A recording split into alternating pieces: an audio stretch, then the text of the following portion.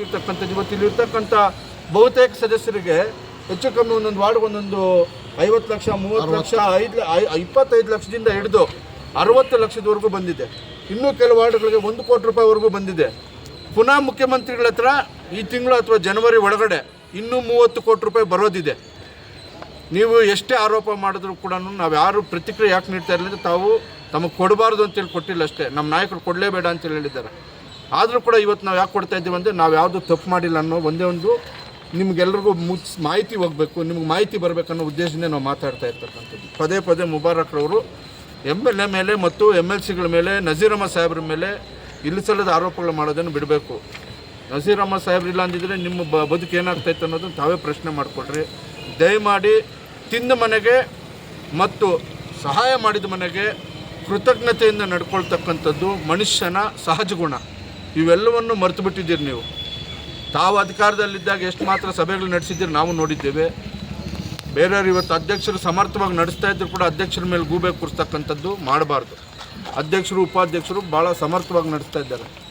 ಆಮೇಲೆ ಇತ್ತೀಚೆಗೆ standing committee ಎಲೆಕ್ಷನ್ನಲ್ಲಿ ನಾವು ನೀವು ತೊಗೊಂಡಿರ್ತಕ್ಕಂಥ ನಿರ್ಧಾರ, ನೀವು ಅಧ್ಯಕ್ಷರಾಗಿದ್ದಾಗ ಯಾರಿಗಾದರೂ ಬೇರೆಯವ್ರಿಗೆ ವಿರೋಧ ಪಕ್ಷದಲ್ಲಿರೋರಿಗೆ ಒಂದು ಸ್ಥಾನ ಏನಾದರೂ ಕೊಟ್ಟಿದ್ದೀರಾ? ನಮ್ಮ ನಾಯಕರಾಗಿರ್ತಕ್ಕಂಥ ನಜೀರ್ ಅಹಮದ್ ಸಾಹೇಬರು ನೀವು 7 ತೊಗೊಂಡು ನೀವು 4 ತೊಗೊಳ್ರಿ, ಒಟ್ಟು 4 ನೀವು ತೊಗೊಳ್ರಿ ಅಂತೇಳಿ ಹೇಳಿದ್ರು. ಇದಕ್ಕಿಂತ ಉದಾರವಾದ ಮನಸ್ಸು ನಿಮ್ಮ ಹತ್ರ ಇದೆಯಾ? ನೀವು ರಾಜಕಾರಣ ಮಾಡಬಾರ್ದು, ದ್ವೇಷದ ರಾಜಕಾರಣ ಮಾಡ್ಬೋದು ಅನ್ನಂಗಿದ್ದಿದ್ರೆ ನಿಮ್ಮದೇ ಸಮುದಾಯದಲ್ಲಿ ಒಬ್ಬ ಹುಡುಗ ಆಗ್ತಾ ಇದ್ದಾನೆ, ಅವ್ನಿಗೆ ಅವಕಾಶ ಮಾಡಿಕೊಟ್ಬಿಡ್ಬೇಕಾಗಿತ್ತು. ಆಯಿತು, ಇವತ್ತು ನನ್ನ ಹತ್ರ ಮೆಂಬರ್ಸ್ ಇಲ್ಲ, ನೀವು 4 ಜನ ಇಟ್ಕೊಂಡೆ ಗಲಾಟೆ ಮಾಡಿದರೆ ಅನಾಯಾಸವಾಗಿ ಮತ್ತು ಸುಲಭವಾಗಿ ಆಗ್ತಕ್ಕಂಥ ಎಲೆಕ್ಷನನ್ನು ಚುನಾವಣೆಗೆ ತಂದಿರಿ. ಚುನಾವಣೆಯೂ ನಡೀತಲ್ವ?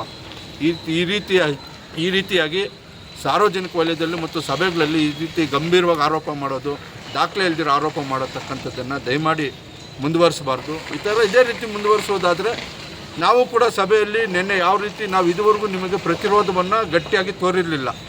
ನಿನ್ನೆ ನಾವು ಗಟ್ಟಿಯಾಗಿ ಪ್ರತಿರೋಧವನ್ನು ತೋರಿದ್ದೇವೆ. ಮುಂದೆ ನೀವು ಇದೇ ರೀತಿ ಚಾಳಿ ಬೆಳೆಸಿದ್ರೆ ಮುಂದೆ ಕೂಡ ನಾವು ನಿಮಗೆ ಪ್ರಬಲವಾಗಿ ಗಟ್ಟಿಯಾದ ವಿರೋಧವನ್ನು ವ್ಯಕ್ತಪಡಿಸ್ತೇವೆ. ನೀವು ಅಭಿವೃದ್ಧಿ ಬಗ್ಗೆ ಮಾತಾಡ್ರಿ, ನಮ್ಮದು ಯಾರ್ದು ಚಕಾರ ಇಲ್ಲ. ನೀವು ಊರನ್ನ ನಮ್ಮಲ್ಲಾಗಿರೋ ಲೋಪಗಳು ಎತ್ತೇಳ್ರಿ. ಇಲ್ಲ ನೀವು ಈ ಥರ ತಪ್ಪು ಮಾಡ್ತೀರಿ, ತಿದ್ದುಕೊಳ್ರಿ ಅಂತ ತಿದ್ದುಕೊಳ್ಳೋಣ. ನೀವು ವಿನಾಕಾರಣ ಬರೋದು, ಆರೋಪ ಮಾಡಿಬಿಡೋದು, ಗಾಳಿಯಲ್ಲಿ ಗುಂಡು ಹೊಡೆಯೋದು, ಹೋಗ್ತಾ ಇರೋದು. ಸಭೆಗೆ ಸ್ಪೆಷಲ್ ಮೀಟಿಂಗ್ ಅವ್ರು ಬಂದೇ ಇರಲಿಲ್ಲ, ಅನೇಕ ಸಬ್ಜೆಕ್ಟ್ಗಳಾಗಿದ್ದಾವೆ. ಪುನಃ ಅದನ್ನು ತೊಗೊಂಬರ್ತಾರೆ, ಸಮಯ ವ್ಯರ್ಥ ಮಾಡ್ತಾ ಇರ್ತಕ್ಕಂಥದ್ದು. ದಯಮಾಡಿ ಈ ರೀತಿಯ ಪ್ರವೃತ್ತಿಯನ್ನು ಮುಂದುವರಿಸಬಾರ್ದು ಅಂತೇಳಿ ನಿಮಗೆ ಎಚ್ಚರಿಕೆಯೂ ಕೊಡ್ತಾ ಇದ್ದೀವಿ, ಮನವಿನೂ ಮಾಡ್ತಾ ಇದ್ದೀವಿ. ಮುಂದೆ ನೀವೇನಾದರೂ ಸಭೆಗಳಲ್ಲಿ ನಮ್ಮ ನಾಯಕರ ವಿರುದ್ಧ ಮಾತಾಡಿದ್ರೆ ನಿಮಗೆ ತೀವ್ರ ಸ್ವರೂಪದ ಪ್ರತಿಭಟನೆ ಮತ್ತು ನಿಮ್ಮ ಮಾತುಗಳಿಗೆ ಅಡ್ಡಿಪಡಿಸ್ತಕ್ಕಂಥ ಕೆಲಸ ನಾವು ಮಾಡ್ತಾಯಿದ್ದೀವಿ.